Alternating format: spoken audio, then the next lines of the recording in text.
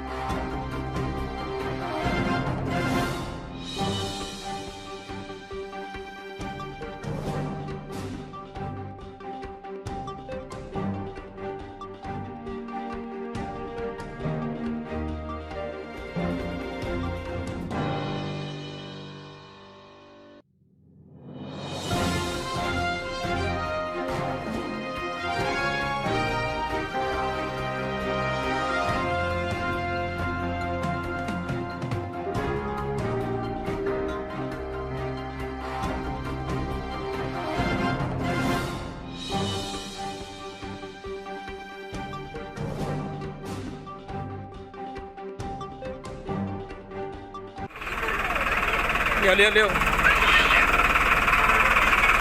Cut ले बोल लियो।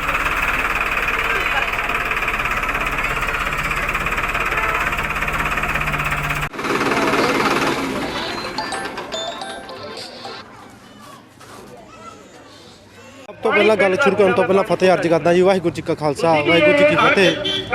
वीर जी काफ़ी समय तो जो संघर्ष चल रहा है तो पिछली 26 जनवरी में जो एक दुर्भाग्यपूर्ण घटना वापरी है सरकार की शह के नाल कुछ शरारती अंसरां वालों अंदोलन फेल करने लई लाल किले ते जिहड़ा झंडा चढ़ाया गया असीं उहदी सख्त शब्दां 'च निखेधी करते हैं। तो लोगों को एक वहम सी सरकार वालों सोशल मीडिया ते जिहड़ा हैगा गोदी मीडिया रास्ते दिखाया गया कि जिहड़ा अंदोलन है तारो पीड़ हो चुकिया, पर यह सच्चाई नहीं।